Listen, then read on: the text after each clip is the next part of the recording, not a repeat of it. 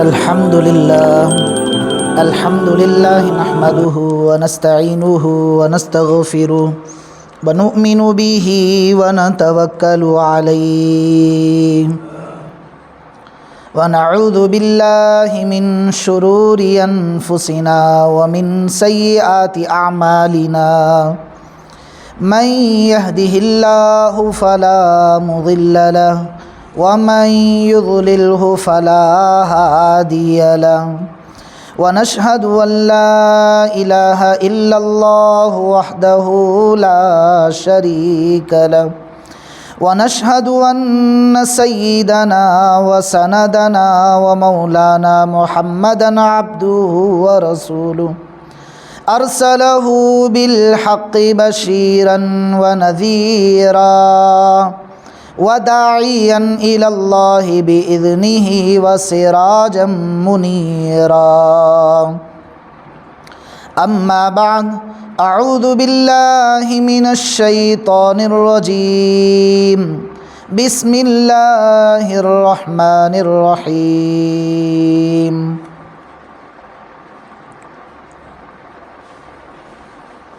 قل هو الله أحد اللہ الصمد لم یلد ولم یولد ولم یکن لہ کفوا احد صدق اللہ العظیم۔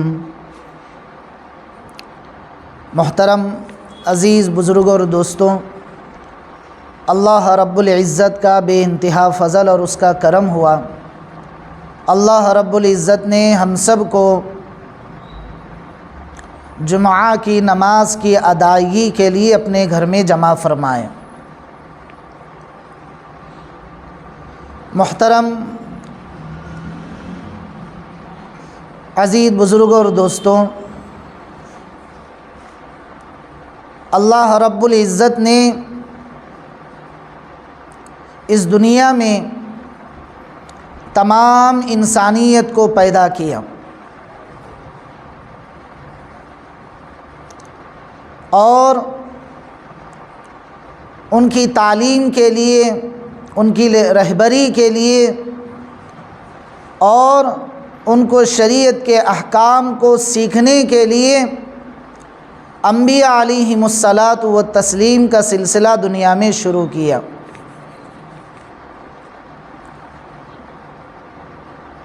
عزیز بزرگوں اور دوستوں،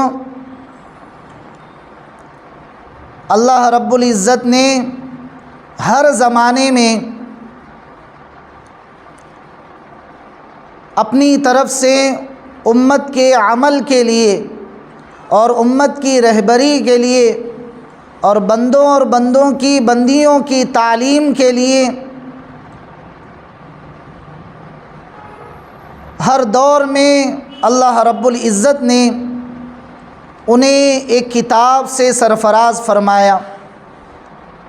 کچھ قوموں کو اللہ رب العزت نے صحیفے دیے، کچھ قوموں کو اللہ تبارک و تعالیٰ نے آسمان سے کتابیں اتاری، جن میں سے مشہور کتابیں جس کو میں اور آپ ہمیشہ سنتے آ رہے ہیں کہ توریت جو ہے وہ حضرت موسیٰ علیہ السلام پر اتاری،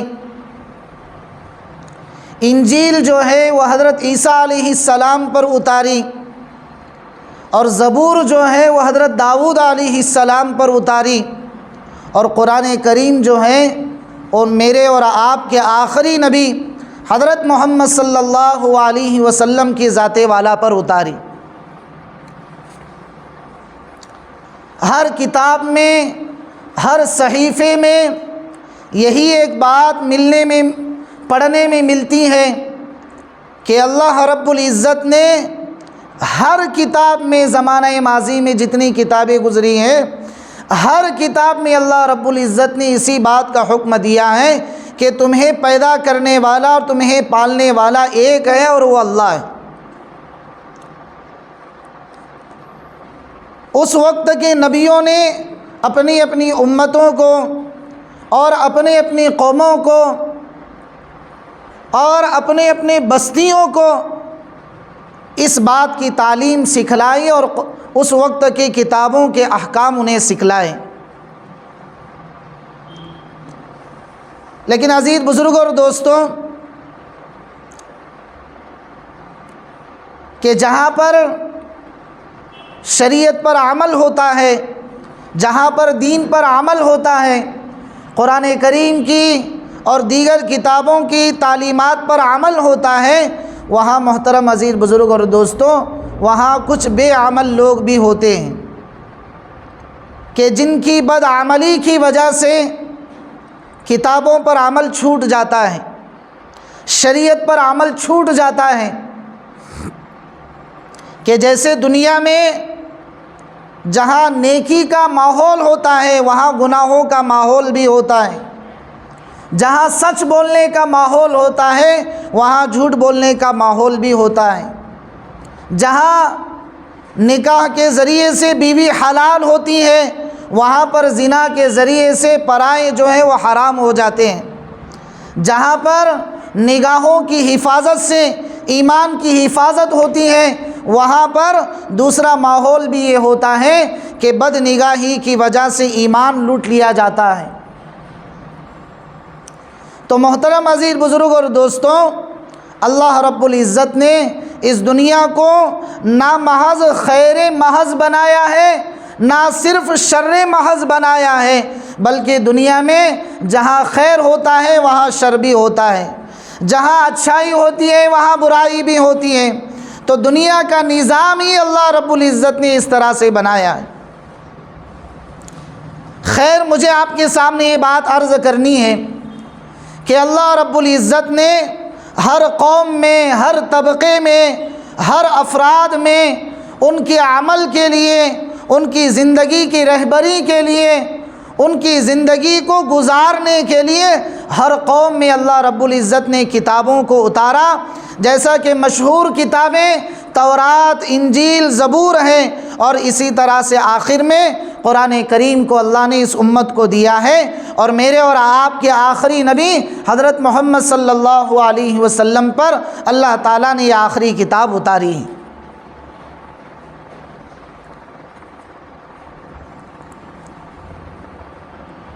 ہمیں یہ بات بھی سمجھ میں آ گئی ہوگی کہ جیسے کتاب کو سمجھنے کے لیے استاد کی ضرورت ہوتی ہے، کتاب کو پڑھنے کے لیے استاد کی ضرورت ہوتی ہے، تو محترم عزیز بزرگ اور دوستوں، اپنے اپنے قوموں کے لیے بھی اللہ رب العزت نے اس زمانے میں ان کی کتابوں کو سمجھنے کے لیے وقت کے نبیوں کو ان میں بھیجا۔ جیسا کہ تورات کو سمجھنے کے لیے، تورات پر عمل کے لیے، تورات کی تعلیمات کو اپنی زندگی میں لانے کے لیے اس زمانے میں بنی اسرائیل پر اللہ تبارک و تعالیٰ نے حضرت موسیٰ علیہ السلام کو اس قوم میں بھیجا کہ جنہوں نے تورات کی تعلیمات کو سمجھایا، تورات کے احکام کو سمجھایا، تورات کی پوری شریعت کو ان کے سامنے رکھا۔ تو ہر زمانے میں اللہ نے کتابیں دیں، تو ان کتابوں کے ساتھ اس کتاب کو سمجھانے والے بھی دنیا میں اللہ نے پیدا کیے۔ تورات کو سمجھانے کے لیے موسیٰ علیہ السلام دنیا میں آئے، انجیل کو سمجھانے کے لیے عیسیٰ علیہ السلام دنیا میں آئے، اور زبور کو سمجھانے کے لیے حضرت داؤد علیہ السلام دنیا میں آئے، اور قرآن کریم کو سمجھانے کے لیے میرے اور آپ کے آخری نبی حضرت محمد صلی اللہ علیہ وسلم دنیا میں تشریف لائے۔ تو ہر نبی نے اپنے اپنی قوموں کو ان پر نازل کی ہوئی کتابوں کو سمجھاتے رہے، ان کی تعلیمات سمجھاتے رہے۔ محترم عزیز بزرگ اور دوستوں، اب اللہ رب العزت نے میرے اور آپ کے حق میں قرآن کریم کو دیا ہے، اس کی تعلیمات دی ہیں۔ اگلی جتنی قومیں گزریں، جتنی امتیں گزریں، جتنے بندے اور بندیاں گزریں، ان پر جتنے احکام اللہ نے اتارے، جتنی شریعت اتاری، ان کا سارا خلاصہ اللہ رب العزت نے قرآن کریم میں سورۃ الفاتحہ میں ہمیں سمجھا دیا ہے۔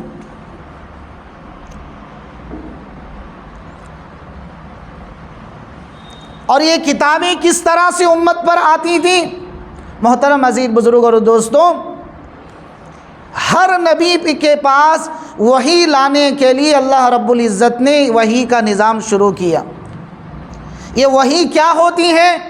یہ اللہ کی طرف سے آسمان سے،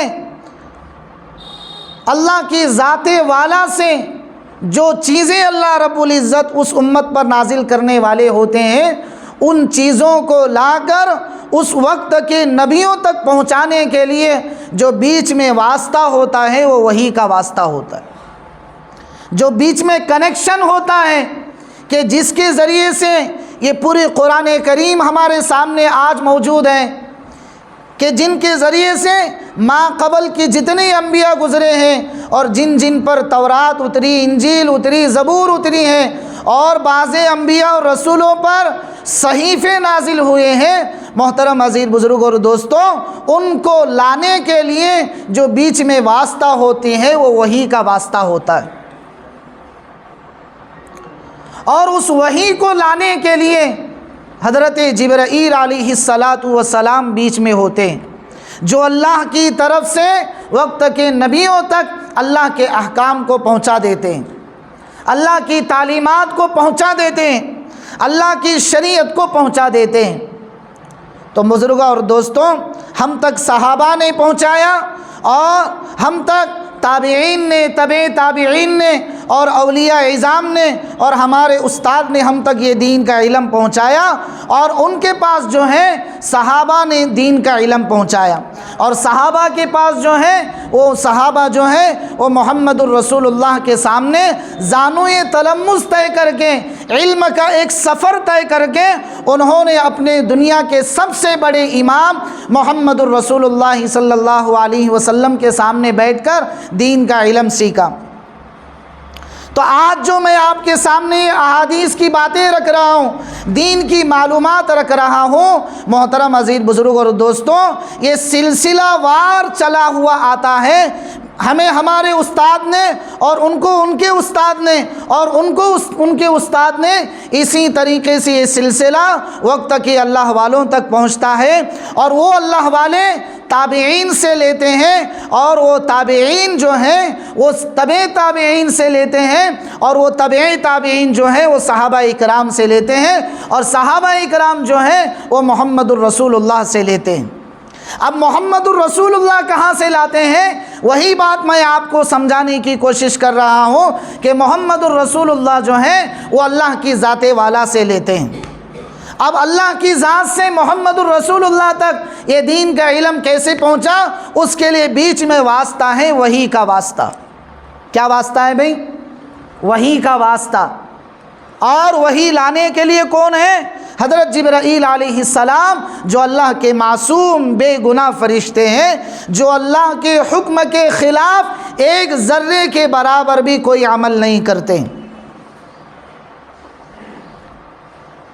محترم عزیز بزرگ اور دوستوں، جب یہ حقیقت ہمیں سمجھ میں آ گئی تو اب میں آپ کے سامنے ایک ایسا موضوع رکھ رہا ہوں جو آنے والے کچھ ہی دنوں میں ہمیں کام آنے والا ہے، جس کو میں اور آپ اور ساری دنیا جو ہے، اور خصوصاً عیسائی مذہب کے لوگ کرسمس ڈے کے نام سے مناتے ہیں، جو 25 دسمبر کو منایا جاتا ہے، ساری دنیا میں اسے منایا جاتا ہے۔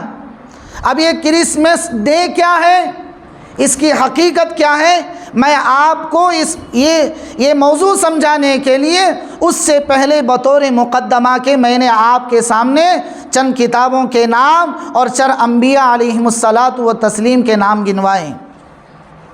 محترم عزیز بزرگ اور دوستوں، دنیا میں اللہ رب العزت نے 1,24,000 انبیاء بھیجے۔ کتنے انبیاء بھیجے؟ 1,24,000 انبیاء علیہم الصلاۃ و تسلیم دنیا میں آئے، لیکن صرف 25 انبیاء علیہم السلام ایسے ہیں جن کا تذکرہ قرآن کریم میں ان کے ناموں کے ساتھ ملتا ہے۔ کیسے ملتا ہے بھائی؟ ان کے ناموں کے وضاحت کے ساتھ ملتا ہے۔ مثال کے طور پر حضرت آدم علیہ السلام، ان کا نام قرآن نے وضاحت سے کہہ دیا ہے۔ حضرت ابراہیم علیہ السلام، حضرت نوح علیہ السلام، حضرت لوط علیہ السلام، اور حضرت عیسیٰ علیہ السلام، حضرت موسیٰ علیہ السلام، حضرت یونس علیہ السلام، اور اسی طریقے سے دیگر انبیاء جو کل 25 ہیں، جن کے ناموں کے تذکرے کے ساتھ اللہ تبارک و تعالیٰ نے قرآن کریم میں وضاحت سے کہہ دیا ہے۔ لیکن باقی کے انبیاء جن کا تذکرہ قرآن میں نہیں ملتا ہے صراحتاً، لیکن اشارتاً ملتا ہے، اور کچھ انبیاء کا تذکرہ اللہ کے نبی صلی اللہ علیہ وسلم کے احادیث کے ذریعے سے ہمیں پہنچتا ہے۔ جیسے حضرت شیس علیہ السلام، جو حضرت آدم علیہ السلام کے فوراً بعد رسول بنائے گئے، لیکن ان کا تذکرہ قرآن میں کہیں نام سے نہیں ہے، لیکن اللہ کے نبی صلی اللہ علیہ وسلم نے ان کو اپنی احادیث کے ذریعے سے امت تک ان کے دین کو پہنچایا ہے۔ حضرت یوشع علیہ السلام نام کے ساتھ میں نہیں ہے، لیکن اللہ کے نبی صلی اللہ علیہ وسلم کی احادیث کے ذریعے سے ہم تک پہنچتا ہے۔ حضرت خضر علیہ السلام قرآن میں کہیں تذکرہ نہیں، لیکن اللہ کے نبی صلی اللہ علیہ وسلم کی احادیث کے ذریعے سے ہم تک ان کی پوری اسٹوری اور ان کی کہانی پہنچتی ہے۔ تو عزیز بزرگ اور دوستوں، اسی طریقے سے حضرت ذوالقرنین، بعض محدثین انہیں نبی مانتے ہیں، بعض محدثین انہیں نبی نہیں مانتے ہیں۔ خیر، لیکن قول یہی ہے کہ یہ ایک نبی تھے اپنے وقت کے۔ بزرگوں اور دوستوں، انہی پاکیزہ سلسلوں میں، جن کا سلسلہ 1,24,000 انبیاء علیہ السلام کا سلسلہ ہے، انہی سلسلوں میں ایک بہت ہی پاکیزہ شخصیت جو حضرت نبی کریم صلی اللہ علیہ وسلم سے پہلے دنیا میں آئے، وہ حضرت عیسیٰ علیہ السلام ہے۔ کون ہے بھائی؟ حضرت عیسیٰ علیہ السلام۔ 25 دسمبر کو جو پوری دنیا میں کرسمس ڈے منایا جاتا ہے، یہ اصل میں ہمیں اس کی حقیقت سمجھنے کی ضرورت ہے۔ اور ہمارے بعض لوگ انسانیت کے ناطے پر لوگوں کو کرسمس ڈے کے موقع پر مبارکبادی دیتے ہیں، جو صراحتاً نقل کفر نباشت کے تحت آدمی اسلام کے دائرے سے خارج ہو جاتا ہے۔ یہ جو باریک مسائل ہیں، جن کی وجہ سے عموماً ہمارے نوجوان غافل نظر آتے ہیں۔ چھوٹے چھوٹے پوسٹ واٹس ایپ پر، فیس بک پر، یوٹیوب پر ایسے ڈال دیتے ہیں کہ گویا کہ انہیں اس کے مسائل سے کوئی لینا نہیں، بلکہ سامنے والی کی خوشی انہیں منظور ہوتی۔ تو عزیز بزرگوں اور دوستوں، آج میں آپ کے سامنے انہی کچھ مسائل کو رکھنے کی کوشش کر رہا ہوں۔ کرسمس ڈے حقیقت میں ہے کیا؟ ہم مختصراً انداز میں سمجھتے ہیں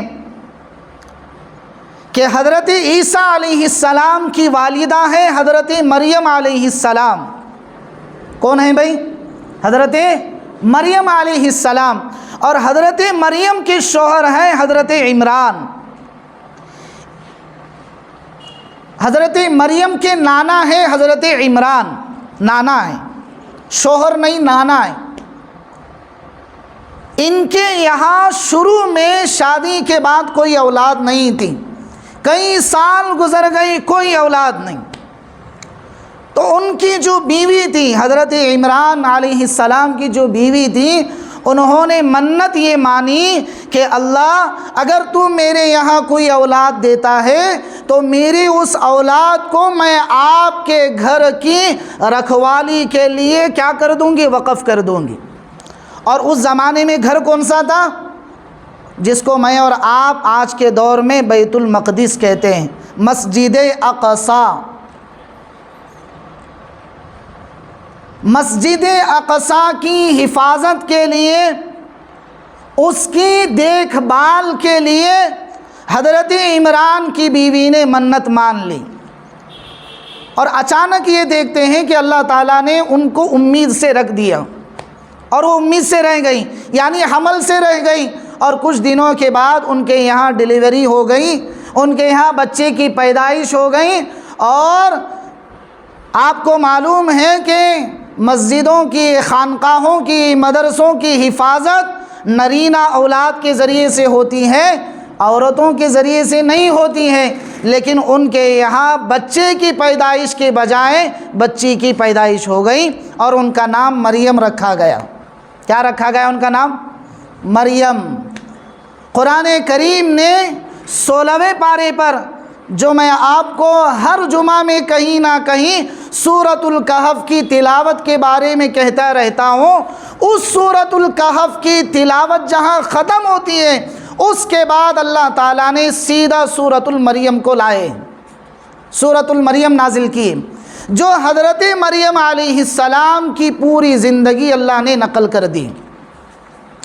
عزیز بزرگ اور دوستوں، آج جو پوری دنیا میں کرسمس ڈے منایا جاتا ہے، اس کی حقیقت کچھ اس طرح سے ہے کہ حضرت مریم علیہ السلام کی جب پیدائش ہوئی تو ماں کی یہ تمنا تھی کہ مسجد اقصیٰ کی خدمت کے لیے بچے کو وقف کر دیں، لیکن لڑکا پیدا نہیں ہوا، لڑکی پیدا ہوئی۔ پھر بھی انہوں نے اپنی منت کو پوری کرنے کے لیے انہوں نے اپنی بیٹی کو کیا کر دی؟ مسجد کی خدمت کے لیے وقف کر دی۔ آج بھی آپ مغربی دنیا میں چلے جائیں تو ان کے گرجا گھروں کے بازو میں کچھ روم ایسے بنائے جاتے ہیں جہاں پر لوگ معتکف رہتے ہیں، یعنی تنہائی میں بیٹھ کر آدھا گھنٹہ گزار کر چلے جاتے ہیں۔ تو اس زمانے میں حضرت مریم علیہ السلام کی والدہ نے بیت المقدس کے قریب ہی ایک روم بنا دیا جہاں پر وہ رہتی تھی۔ لیکن اصل مسئلہ آیا اس زمانے میں، یہ مزاج تھا لوگوں کا کہ لوگ شہر والے جو ہوتے ہیں وہ اپنی بچوں کی صحیح معنی میں تربیت کے لیے اور اپنی مادری زبان سکھانے کے لیے اپنے بچوں کو دیہاتوں میں بھیجا کرتے تھے۔ کیوں بھائی؟ دیہات کی زبان جو ہوتی ہے وہ اصل زبان ہوتی ہے، ان میں ملاوٹ نہیں ہوتا ہے۔ جیسے ہمارے لوگ اردو کے ساتھ انگلش بول لیتے ہیں، اور انگلش کے ساتھ کوئی اور زبان ساتھ میں بول لیتے ہیں، اردو بولتے بولتے کنڑا بھی بول لیتے ہیں۔ تو اس زمانے میں یہ رواج تھا، اسی وجہ سے آپ نے سنا ہوگا یہ واقعہ۔ حضور صلی اللہ علیہ وسلم کی پیدائش کے بعد حضرت اماں آمنہ نے اپنے بیٹے یعنی حضور صلی اللہ علیہ وسلم کی تربیت کے لیے اپنی ماں کے یہاں چھوڑ کر آئے تھے۔ بھائی سنا ہے نا یہ واقعہ؟ کیوں چھوڑا؟ وجہ یہی تھی کہ بچہ دیہات میں رہے گا تو اس کے آب و ہوا، وہاں کی زبان، مادری زبان بچہ سیکھے گا۔ تو اس وقت حضرت مریم علیہ السلام کے امی نے یہ ارادہ کیا، لیکن اس زمانے میں ایک اور نبی تھے، حضرت زکریا علیہ السلام۔ کون تھے بھائی؟ حضرت زکریا علیہ السلام، جو حضرت مریم کے خالو تھے، مریم کے۔ حضرت مریم علیہ السلام کے کون تھے؟ یہ خالو تھے۔ تو آپ کو معلوم ہے کہ خالہ جو ہوتی ہیں وہ ماں کے درجے میں ہوتی ہیں، اور خالو جو ہوتے ہیں وہ باپ کے درجے میں ہوتے ہیں، اور یہ اللہ کے نبی صلی اللہ علیہ وسلم کی حدیث بھی ہے، ماں جو ہے وہ خالہ کے درجے میں ہے۔ تو یہ وہی رہنا شروع کر دیا، لیکن اس زمانے میں یہ مسئلہ کھڑا ہو گیا کہ بھئی یہ پاکیزہ اور بابرکت بچی کی تربیت کون کرے گا، ان کی دیکھ بھال کون کرے گا؟ تو اس زمانے میں ان کے خالو جو حضرت زکریا علیہ السلام تھے، انہوں نے قرآن اندازی کے ذریعے سے ان کا نام نکل آیا اور انہوں نے ان کی تربیت کی ذمہ داری لے لی۔ مختصراً میں نے آپ کے سامنے یہ کہہ دیا۔ حضرت زکریا علیہ السلام جب بھی اس روم میں جاتے ہیں جہاں حضرت مریم علیہ السلام معتکف تھیں، تو ہمیشہ موسم کے مطابق اور غیر موسم کے مطابق کھانوں کو، پھلوں کو رکھا ہوا پاتے تھے۔ جیسے کھجور جو ہے وہ گرمی کے دنوں میں پکتا ہے، ٹھنڈی میں نہیں پکتا ہے، لیکن حضرت مریم علیہ السلام کی اس کھولی میں، اس روم میں یہ نظام اللہ نے بنا دیا تھا کہ پکے پکائے باغات کے پھل جو ہیں وہ سردی کے موسم میں بھی حضرت مریم علیہ السلام کے روم کے اندر اور ان کے اس کمرے کے اندر رکھ دیے جاتے تھے۔ جب بھی حضرت زکریا علیہ السلام آتے اور وہ دیکھتے ہیں تو پوچھتے ہیں مریم یہ کہاں سے آ گیا؟ تو وہ کہتے ہیں کہ مجھے معلوم نہیں، اللہ نے دے دیا۔ کیوں؟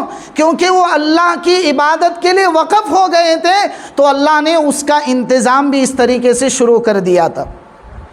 خیر بزرگ اور دوستوں، یہ سلسلہ چلتا رہا اور آپ بڑی ہوتی رہیں، لیکن آپ کی شادی نہیں ہوئی، لیکن پھر بھی آپ کے پیٹ میں اللہ نے حمل ٹھہرا دیا۔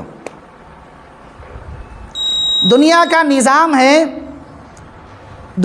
نظام ہے کہ میاں بیوی کے مخلوط سے دنیا میں اولاد آنے کا ذریعہ ہوتی ہیں، لیکن اللہ نے اپنا نظام کچھ بدل دیا اور ان کے یہاں بغیر نکاح کے ان کے یہاں پیٹ میں حمل ٹھہر گیا اور وہ اولاد سے اور امید سے ہو گئی۔